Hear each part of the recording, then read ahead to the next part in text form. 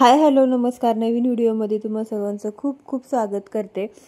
तर मैत्रिणींनो, आपण मागच्या व्हिडिओमध्ये पाहिलं होतं ब्लाऊजचं कटिंग केलेलं आणि आपण ते काठपदर साडीवरचा ब्लाऊजचं कटिंग केलेलं होतं. तर आज आपण त्याच साडीच्या ब्लाऊजवरच्या बाहीला आपण जॉईंट कसा द्यायचा ते आपण पाहणार आहोत. आता काय होतं, दोन साईडनी काटा असतील तर आपल्याला एक साईडचे काठ बॅक नेकला वापरावे लागतात, म्हणजे बॅक नेकल्या पाठीमागच्या भागाला, आणि जे दुसरे साईडचे काटा असतात ते आपल्याला फोल्ड करून आपल्याला त्याच्यामध्ये दोन बाह्याचे कटिंग करावं लागतं, दोन बाहीचं.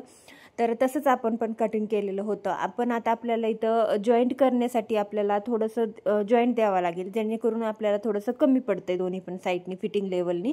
तर आता आपल्याला जॉईंट कसं द्यायचं आणि फिटिंग कशी, म्हणजे जॉईंट कसा द्यायचं भाईला, ते व्हिडिओमध्ये पाहणार आहोत. तो व्हिडिओ खूप महत्त्वाचा आहे. जर तुमच्या भाईचं कन्फ्युजन होत असेल तर व्हिडिओ नक्की बघा आणि अशा पद्धतीने करून पहा. तुमचं कन्फ्युजन दूर होईल आणि अगदी सोप्या पद्धतीमध्ये तुम्हाला जॉईंट पण देता येईल. तर बघा, इथं आता मी व्यवस्थित ठेवून घेतलेला आहे, त्याला टाचणी लावून घ्यायची. आता जे आपलं आहे तसंच ठेवायचं आहे आणि इथं टाचणी लावून घ्यायची.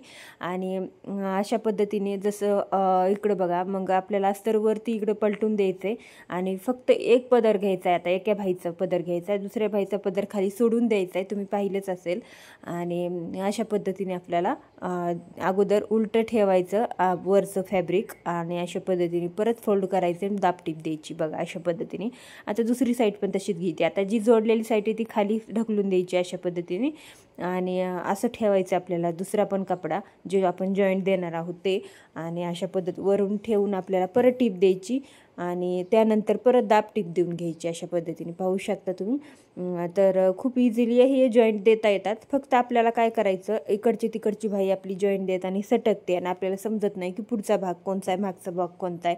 तर मग काय करायचं, अशी टाचणी लावून घ्यायची, जेणेकरून कुठेही कोणताही सटकणार नाही, काही नाही.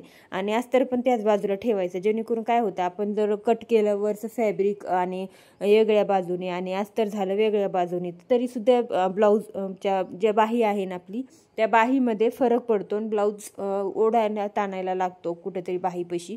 तर मग त्यासाठी हे असं तुम्ही करा, टाचणी लावून घ्या. आणि इथं बघा, मग आता मागच्या साईडचे थोडेसे काठ उरले होते, तर एक साईडला मी ते काठसुद्धा मग जॉईंटलाच वापरणार आहे. तर थोडेसे बघा, तर इथं मी तसंच सेम पद्धतीने करणार आहे. आता काठ जरी उरलेले असतील मागच्या साईडनी तर आपलं फिनिशिंग व्यवस्थित येणं गरजेचं आहे. बघा तुम्ही पाहू शकता किती छान असे काठचं फिनिशिंग आलेलं आहे. जसं की मी सिम्पल असं काठ, म्हणजे जसे आहेत तसेच जोडलेले आहेत, त्याच्यामध्ये काही बदल केलेला नाही आहे. असं वाटतं की ते काठ त्याचेच आहेत. तर अशा पद्धतीने ठेवून घ्यायचं आहे, व्यवस्थित ठेवून घ्यायचं आहे. आता जितके आहेत तितकेच बरोबर. काठाची डिझाईन एकदम सिम्पल व्यवस्थित आली पाहिजे, कुठेही सरकासारखी झाली नाही पाहिजे, याची काळजी घ्यायची आपल्याला. आणि मग त्यानंतर सुद्धा आपले व्यवस्थित असे कामं होतात. तर बघा, मग आता इथं मी टिपला परत अशी व्यवस्थित टिपा देऊन घेते. मी इथं व्हिडिओ कुठे पळवला सुद्धा नाही, काही नाही, जास्त तुम्हाला दाखवण्यासाठी एकदम सिम्पलमध्ये आणि हळूहळू करते आहे. तर त्यासाठी व्हिडिओ प्लीज एकदा कंटिन्यू बघा. व्हिडिओ शेवटपर्यंत बघून तुम्ही ह्या गोष्टी करा. छोटे छोटे जे टिप्स असतात जर आपण फॉलो केल्या तर ब्लाऊजचं फिनिशिंग छान येतं. तर बघा, पाहू शकता तुम्ही किती छान अशा पद्धतीने आपण जॉईंट केलेलं आहे. आता आपण दुसऱ्या साईडनी पण जॉईंट करून घेतलं. दोन्ही पण साईडचे दोन्ही पण भाग आपण जॉईंट करून घेतले, जिथं आपल्याला जॉईंट द्यायचे होते तिथं. आता आपण एकदम बरोबर समोरासमोर पुढचा भाग ठेवून घ्यायचा, म्हणजे जसं की ब्लाऊज पीसचा काटाचे बाहीची आहे ते भाग ठेवून घ्यायचं. त्याच्यावरती बरोबर समोरासमोर अस्तर ठेवून घ्यायचं आहे. जसं मी ठेवलं तसंच करा आणि अशा पद्धतीने व्यवस्थित जोडून घ्यायचं आहे पुढचं बॉटमला अशा पद्धतीने. आणि टिप मारून घ्यायची आहे. आता इथं टिप मारताना माझा कॅमेरा थोडा हलतो, कारण मी मशीनला फिट केलेला आहे त्यासाठी. तर बघा, आता इथं अशा पद्धतीने आपल्याला फोल्ड करायचं आहे, ओपन करून घ्यायचं आहे, अस्तर एका बाजूला टाकून द्यायचं आहे आणि अस्तरवरती दाबटीप मारून घ्यायची आहे.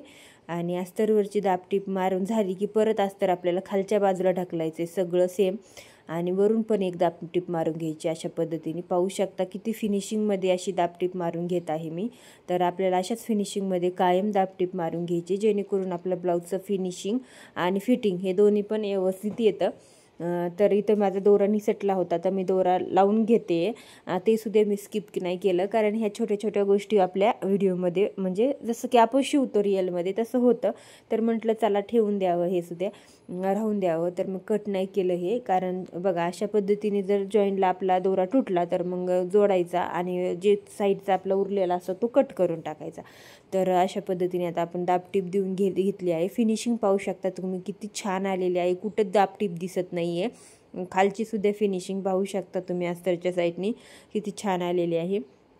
आता आपल्याला काय करायचं, जे सगळं म्हणजे साईडचं आपलं जे अस्तरचा भाग असतो तो आपला पूर्ण जॉईंट करून घ्यायचा आहे. आणि अशा पद्धतीने आपल्याला जे उरलेलं एक्स्ट्राचं फॅब्रिक असतं ते आपल्याला कट करून घ्यायचं आहे आणि व्यवस्थित कट करून घ्यायचं आहे अशा हळूहळू. आणि आता मी कट करून घेते. आता ही जे ब्लाऊज मी शिवते ना, त्या ब्लाऊजवरची साडी 5,000ची आहे. तुम्हाला मी ती साडीसुद्धा नंतर दाखवेल. तर बघा अशा पद्धतीने ब्लाऊज खूपच सुंदर दिसत होता आणि त्याच्यावरती काटाची जी डिझाईन आहे ना ती इतकी सुंदर आणि सुरेख होती आणि पूर्ण त्याच्यावरती जे काम केलेलं आहे ते पण छान होतं. तर आता इथं बघा ही बाही ना, तुम्हाला असा आकार जर देता येत नसेल तर तुम्ही बाहीचे कटिंग आपल्या व्हिडिओ चॅनलवरती आहेत किंवा सेपरेट व्हिडिओ जर तुम्हाला पाहिजे असेल बाहीचा कटिंगचा तर मी ते सुद्धा तुम्हाला अपलोड करेल. तर कमेंट करून सांगा. तर इथं बघू शकता जॉईंट दिलेली कुठेच दिसत नाही की आपण जॉईंट दिला आहे. अगदी सिंपल व्यवस्थित असं वाटतंय की एकदम सिंपलमध्ये बाही आपण व्यवस्थित जोडली गेलेली आहे. तर अशा पद्धतीने आपण जोडायचं, कारण इथं काट होते तर तिथं सुद्धा आपण व्यवस्थित जोडलेलं आहे. अजिबात दिसत नाहीत की काट आहेत का, रिअलमध्ये येते असं वाटतच नाही आहे की जोडलीत म्हणून. तर थोडंसं फिनिशिंगमध्ये लक्ष द्या. बघा फिनिशिंगमध्ये जर तुम्ही लक्ष दिलं तर कम्प्लीटली तुमचा ब्लाऊज सुंदर आणि छान बसेल. आणि अशा पद्धतीने आपल्याला बॅकचा आणि फ्रंटचा मागचा पुढचा आकार पण व्यवस्थित देता आला पाहिजे. भरपूर सारी प्रॅक्टिस करा. पेपर पॅटर्नवरती अगोदर प्रॅक्टिस करा आणि नंतर आपल्या कपड्यावरती प्रॅक्टिस करा. इझिली येऊन जातं. प्रॅक्टिसची खूप जास्त गरज असते. तर बघा आता दुसरीसुद्धा आपण बाही तशा सेम पद्धतीने जोडून घेणार आहोत. अगोदर आपण टीप देऊन घेऊया व्यवस्थित. टीप शिलाई घेऊन मारून झाल्याच्यानंतर परत फोल्ड करायचे, म्हणजे अस्तर बाजूला काढायचे दुसऱ्या साईडने. अस्तरवरती दाब टीप द्यायची. दाब टीप देऊन झाली की अस्तरला परत आपल्याला वरतून फॅब्रिकला सुद्धा टीप देऊन घ्यायची आहे. आणि अशा पद्धतीने बघा आता इतका छान हा ब्लाऊज बसणार आहे ना, तुम्हाला मी दाखवते नंतर ब्लाऊज स्टिच केल्याच्या नंतर. सिंपलमध्ये हा ब्लाऊज स्टिच करायचा होता, कारण साडी पण छान आहे तर सिंपलमध्ये ब्लाऊज त्यांना लागत होता. तर मग इथं मी जास्त ब्लाऊजला ह्या डिझाईन वगैरे केली नाही, सिंपलमध्ये शिवलेला आहे. दाखवते तुम्हाला नंतर साडी पण ब्लाऊज पण एका शॉर्ट व्हिडिओमध्ये. तर बघा अशा पद्धतीचा मस्त असा हा ब्लाऊज पूर्ण रेडी झालेला आहे. म्हणजे बाही एक तर रेडी झाली आपली, दुसरी पण होत आहे. तर बघा अशा पद्धतीने आता आपण पूर्ण अस्तरला पण साईडने टिप मारून घेऊया, जेणेकरून आपल्याला एक्स्ट्राचं जे काही मेन फॅब्रिक आहे ब्लाऊज पीसचं ते आपल्याला कट करता येईल. आता इथं फक्त आपण अस्तरचं पूर्ण माप व्यवस्थित टाकलेले असते, त्याच्यामुळे मेन फॅब्रिकचं आपल्याला उरलेलं कट करून टाकायचं, त्याचं काही गरज पडत नाही. तर कट करून टाकूया आपण. हळूहळू कट करून घ्यायचं व्यवस्थित. आणि फिनिशिंग मेंटेन करते तर फिनिशिंगमध्ये आपल्याला व्यवस्थित कट करून घ्यायचं आहे.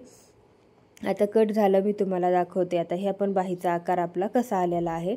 आता मी एकावर एक ठेवून घेते अशा पद्धतीने बघा, आणि परत तुम्हाला दाखवते. बघा हे पण बाहीचा आपला आकार किती सुंदर आणि छान आलेला आहे. अशा बाहीचा आकार आला तर तुमची बाही अगदी फिटिंगमध्ये बसते, कुठेही फुगा येत नाही की कुठेही ओढली जात नाही.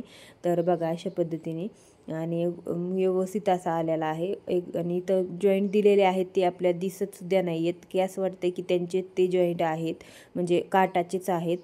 इथं आपण जॉईंट अजिबात दिले नाहीत असं वाटते. आणि जे आपले हे आहेत ना बघा, अशा पद्धतीने समोरासमोर बाही ठेवून बघायची, परफेक्ट आलेली आहे. आलेली नसेल तर मग तुमची बाही चुकली समजायची. तर इथं माझी परफेक्ट आलेली आहे. व्हिडिओ आवडला तर एक लाईक नक्की करा, चॅनलला सबस्क्राईब करा. भेटू नवीन व्हिडिओमध्ये.